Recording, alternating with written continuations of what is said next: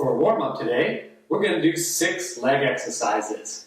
Now, this is not a workout, this is just warm-up, so we're just doing 10 of each. But if you want to do 30 seconds of each or even 60 seconds of each, I promise you'll get a great workout.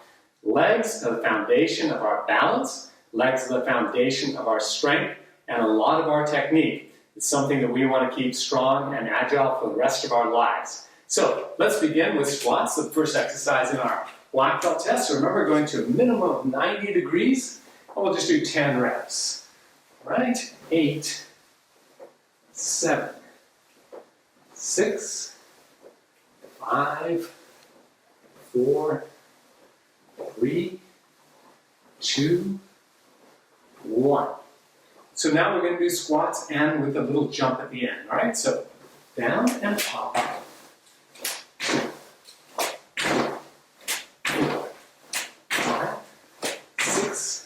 7, 8, 9, 10. Good. Now we're going to go to lunges, switching legs each time.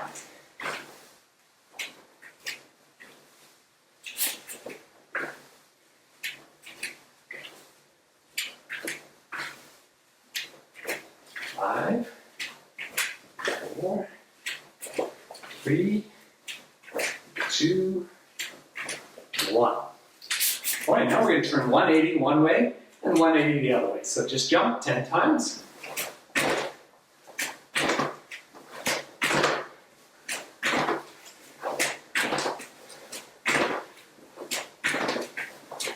Two more.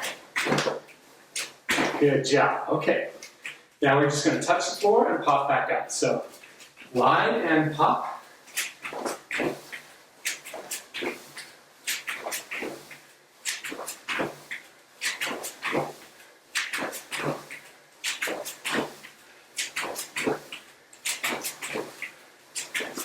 Good. All right. Should be starting to feel your legs now. We're going to do side jumps so we get our balance.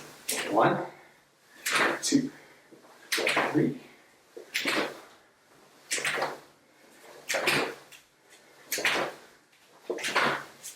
Big jumps and really big jump. All right. Good job, everyone. We'll come back and do a couple of stretches. Next, we're going to do a front stretch and a side stretch. That will also help us get warmed up for stretch number 11 and 12.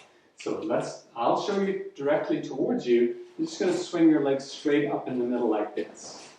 And do a tiny bit higher each time. So your leg comes straight up in the middle of your body. I'll do it a little bit to the side because I want you to learn how we're going to step for this. So what we're going to do is we're going to swing, step down, and step back. Then do a new leg, step down, and step back. So swing your leg up high, step down, step back. That's it. Switching legs each time. Try to go a tiny bit faster with your legs straight. Of course, you know this is not a front kick. It's just a front stretch. You see how I'm trying to keep my hands up and my elbows in and my hands closed and my thumbs on the outside. There we go. All right, let's do a couple really high, and really high. Good job. All right, let's do stretch number 11. I think we all know what this one is. Put one leg way out in the front there. Leg straight, lean over the top of it. And stretch down for stretch number 11. There we go. Again, bend your leg. And let's do the other leg now, stretch number 11.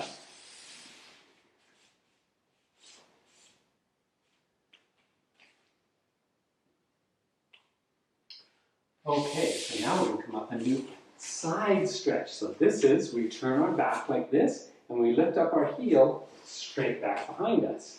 Then we're going to turn the other way and lift up our heel straight behind us. So, changing legs each time, change the direction that your body's facing.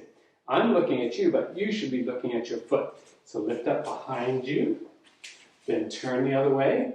Back leg is the one that's lifting behind you, turn. Lift behind you, turn, lift up. It's good.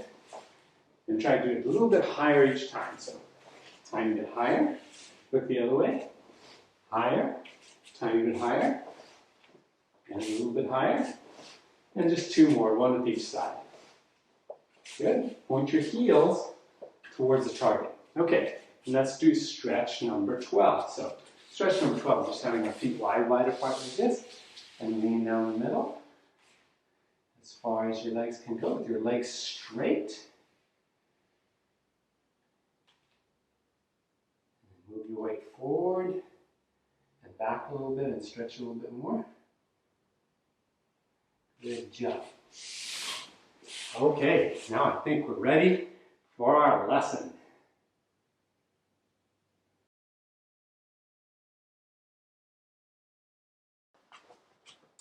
Hi everybody, this is my Karate Kid Carly. I'm so happy to have her with me today. And we're going to demonstrate some Tosan 1 steps. Now, let me hasten to say, all of you who are working on Tosan do not need to use Tosan combinations for your 1 steps, for testing or for tournament. But these 1 steps will help you to understand a little bit better about targeting and distance and weapons to use at the right time. So we'll just show you a couple of examples of pieces of Tosan used as 1 steps. Okay? All right. So we could use the opening 4 moves like this: evade, punch, and then for the second block, use it as a hammer fist and then punch. So the same 4 moves, 1, 2, 3, 4, but use it like this. So one more time for number 1, please. Evade, punch, step in the hand that just punched, does hammer fist now, and reverse punch. So that's 1 application. Now, a lot of these, it's better if you have different attacks, like 2-hand grab or weapon coming at you, or things like that. But that's an example of 1 combination. Okay, so let's take a look at another one in this form. So another one is evade off the line. Now, to get the distance, you're going to have to step back and then spear. So this could be here, here, here, spear hand. Then, if you're going to spin back fist, you're going to have to step back and back fist, and then change feet back fist. So that requires a lot of changing if you want to do really close to what the form is. So let's try that one more time. So double knife hand, step back, spear fingers, step back and turn, back fist, step back and change, back fist. So that's an example, another example from this form. Next one could be our kick. So again, we could use both hands at the same time, blocking. So we're invading, blocking like this, and going, but then we don't have enough space to kick, so you have to step back. Or you could just do 1, 2, front leg, punch, punch. If you want it closer to the form, then you have to do something like this, step back, change feet, punch, punch. Okay? So there's just a few examples of how you can use pieces of Tosan as 1 steps and really think about the weapons that you're using and the targeting that you're doing, and certainly the distance. Always good to practice the distance with a partner. So thanks for joining us for this day. Hope it was helpful, and I'll be back to teach you the form in a lot more detail soon. Thanks.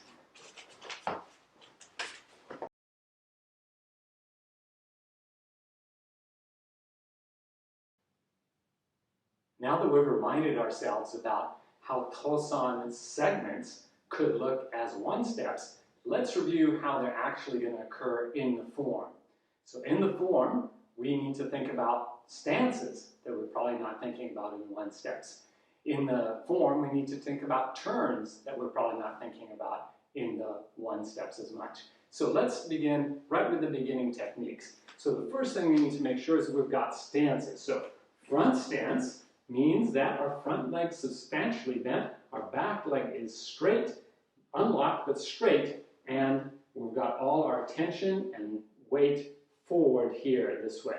So most of our weight on our front foot, but able to move smoothly because we have bent leg. To move from front stance, remember we need to bend our back leg, whether we're moving forward or whether we're turning. So bend your back leg before you do anything else on this stance. So on this, we have a couple of long turns in front stance in this form. So one is stand on 1 railroad track instead of 2, and rotate your feet around to the other railroad track. So I'll try to get where you can see my feet here.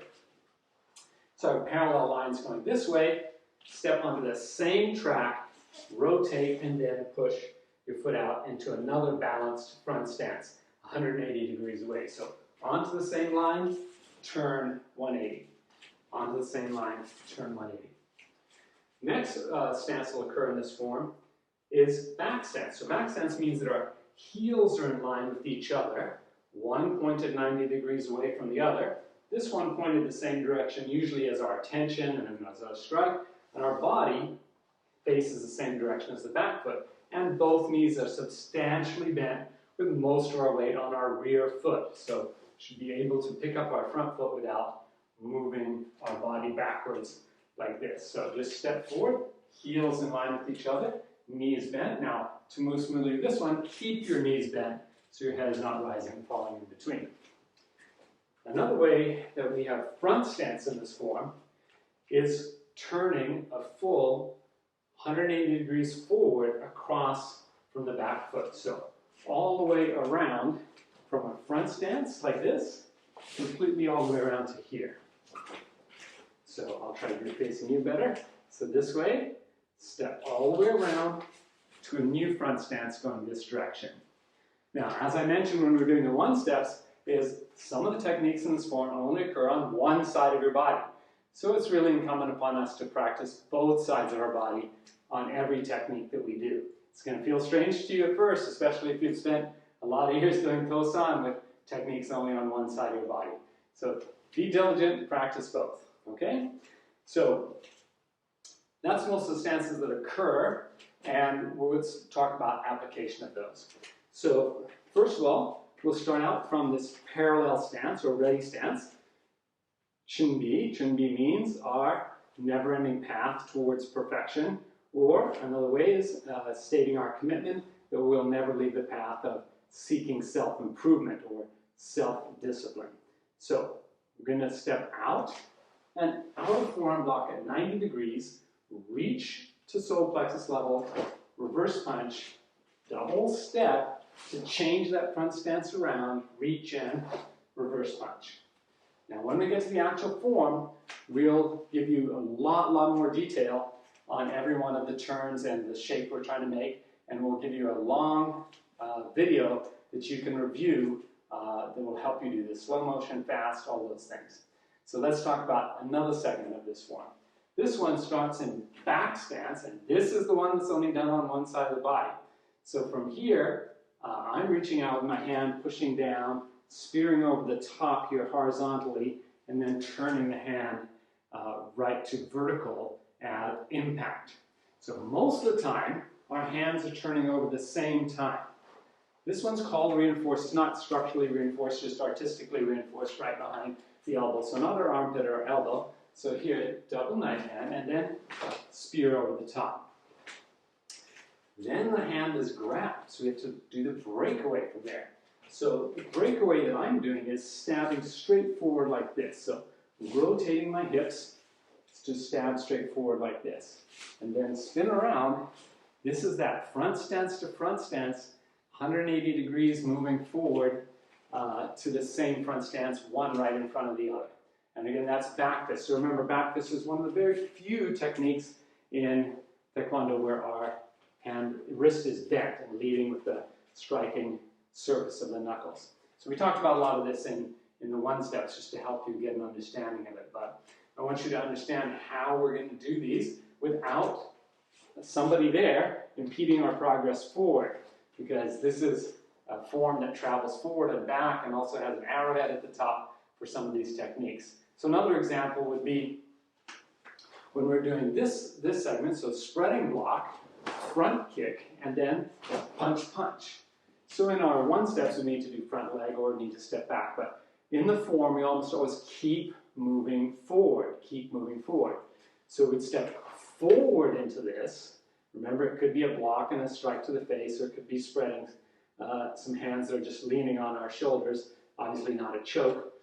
And then coming from our back leg, front kick, reach on reverse side, and end up in front stance on reverse side. So those should have 1, 2, 3, all ending up at the same spot. 1 reach, 2 punches.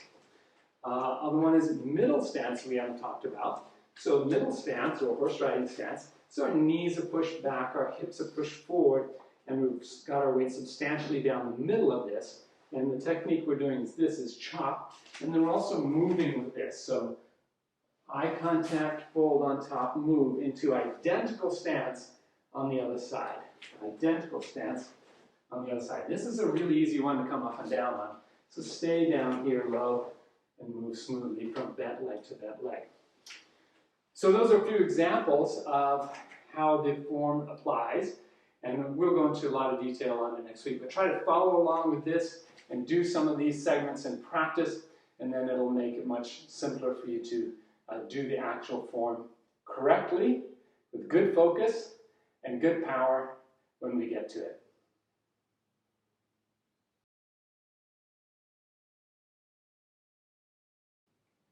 Today we're going to talk a little bit about head movement. So we'll just do three of the basic ones: fade and roll and slip. So we'll just work on those three.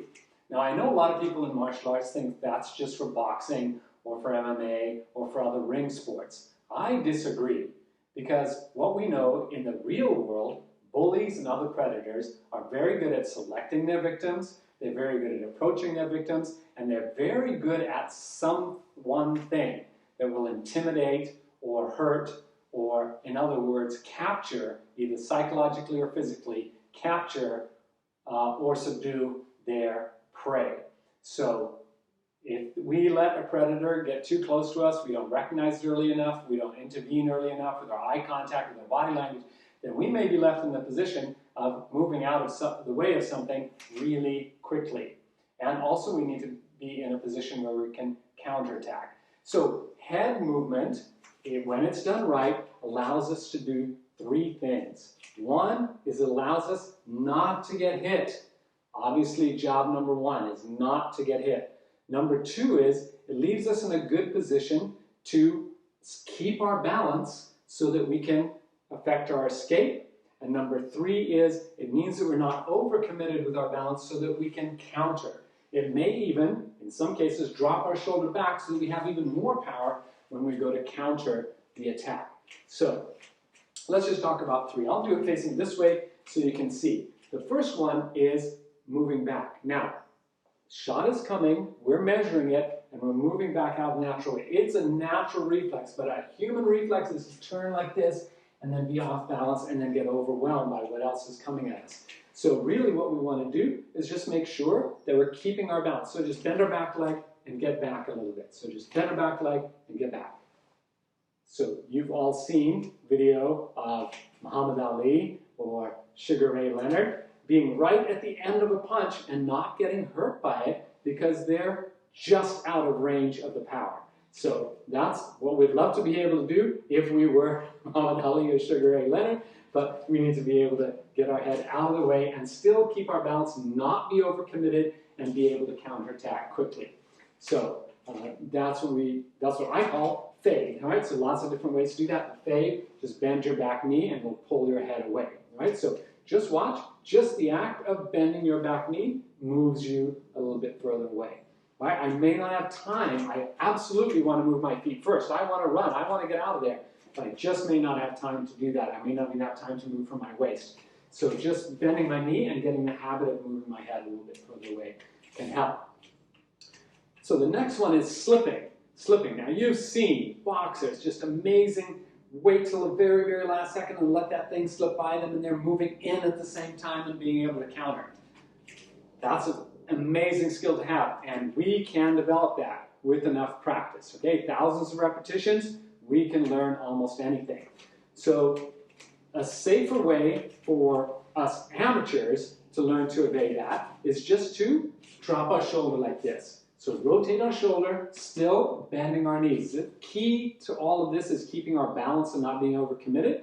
If I try to pull my head out of the way, I could be coming off balance. So I'm trying not to overreact, but just do the minimum reaction I can. So just snap the shoulder down and away, and you can see the line. So I'll try to keep my hand still so you can see that it doesn't take very much movement for me to be completely off the line of this shot, okay? If I drop my other shoulder, it doesn't take very much movement for it to be off the line. So it can drop either shoulder.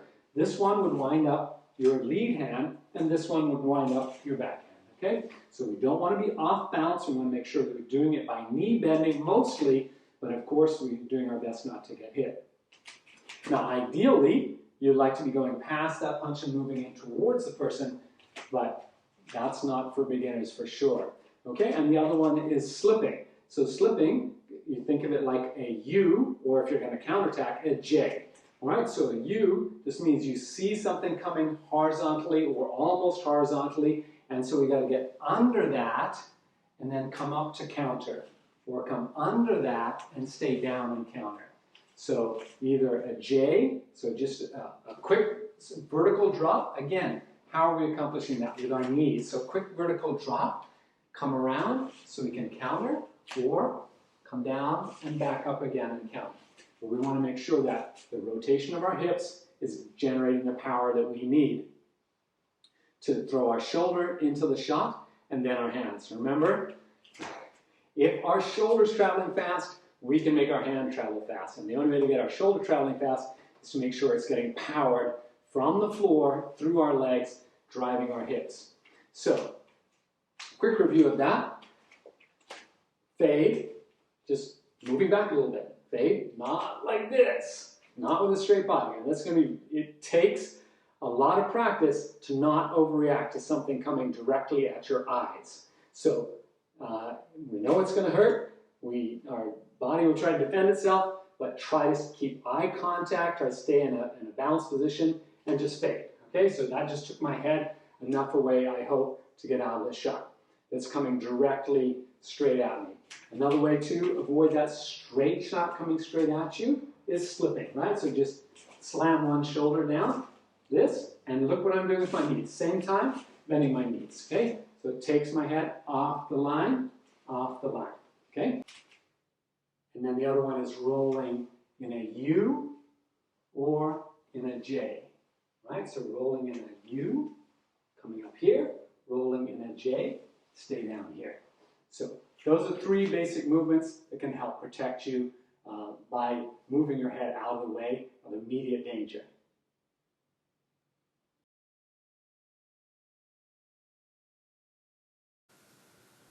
So, how do you make a lemon drop?